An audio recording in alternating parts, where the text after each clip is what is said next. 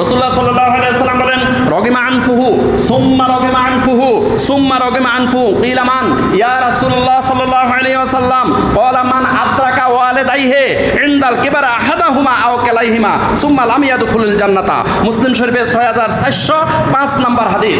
রাসূলুল্লাহ সাল্লাল্লাহু আলাইহি ওয়াসাল্লাম বলেন রগিমা আনফুহু সুম্মা রগিমা আনফুহু সুম্মা রগিমা আনফুহু, সে ধ্বংস হোক, সে ধ্বংস হোক, সে ধ্বংস হোক, তিনবার বলেছেন। ইলামান ইয়া রাসূলুল্লাহ সাল্লাল্লাহু আলাইহি ওয়াসাল্লাম, সাহাবায়ে কেরামরা বললেন ইয়া রাসূলুল্লাহ সাল্লাল্লাহু আলাইহি ওয়াসাল্লাম, কে ধ্বংস হোক? সেই ব্যক্তিকে, যেই ব্যক্তি ধ্বংস হয়ে যাক, সেই ব্যক্তিকে।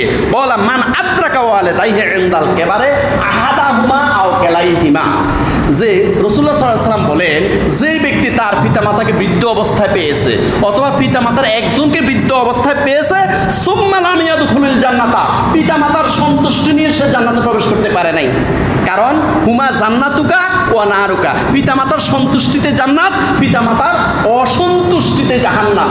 সুম্মা লাম ইয়াদখুলুল জান্নাতা, পিতামাতাকে বৃদ্ধ অবস্থা পাইয়াও সে জান্নাতে প্রবেশ করতে পারলো না, সে ব্যক্তি ধ্বংস হোক।